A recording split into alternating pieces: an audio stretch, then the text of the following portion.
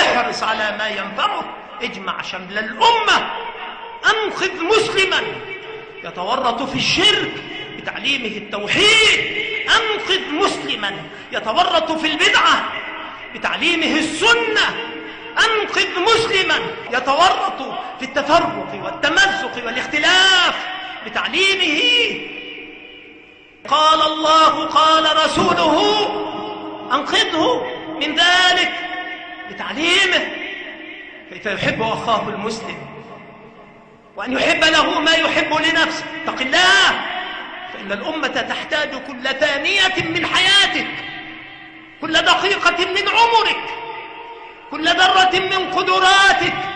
إياك أن تبخل وأن تشح على أمتك، فإنك إن لم تفعل فلن تهلك الأمة، فإنها معصومة يعصمها الله تعالى من الهلاك والاستئصال والاجتياح،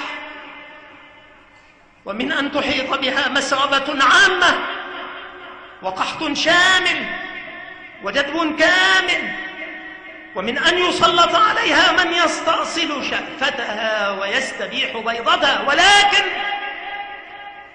لم يعط رسول الله ألا يجعل بأسهم بينهم حتى يقتل بعضهم بعضا ويسبي بعضهم بعضا، فإذا كان هذا وهو النهاية فما بالك بالبداية؟ فالذي ينتهون إليه قتل وسبي. فما تقول في التفرق والتنازع والاعتداء واللمز والغمز والغيبة والنميمة والقطيعة والتفرق والاختلاف وما دون القتل والسبي، ما تقول في ذلك؟ اتق الله، الزم حدك، وقف عندما وقفك الله عنده، واتق الله ربك والله يرعاك ويسدد على طريق الحق خطاك.